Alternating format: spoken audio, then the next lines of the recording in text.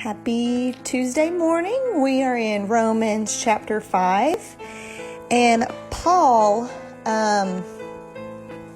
is emphasizing God's love for sinners and the atoning power of Christ's death, and how Christ's death ultimately leads to restoration of the relationship between us and God. And he uses Adam in there as well. But the verse that stood out to me was verse number 5, and it says, "This hope will not disappoint us, because God's love has been poured out in our hearts through the Holy Spirit who is given to us." Through the presence of the Holy Spirit, every believer can experience love and therefore can have hope despite suffering. And the other day I was listening to a Christian podcast, and this woman was talking about how she's been through some hard times, and that she, tried to get away, and she went out to the beach, and she said she looked to her left, and there was a beautiful sunrise.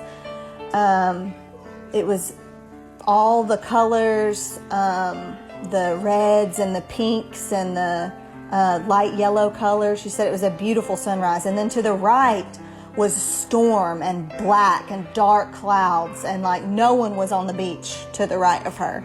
And she said that God showed her that in her life, the sufferings that she has right now, she can choose to focus on the dark side of things, or she can have hope and find the beauty in the suffering if she chooses to focus on God in her suffering and through her path. And I thought that was such a great illustration that we do go through trials and tribulations through our lives, but if we trust in God and we put our focus in Him, then it's so much more beautiful that way. I mean, it builds so much character for us and so much trust and hope in God.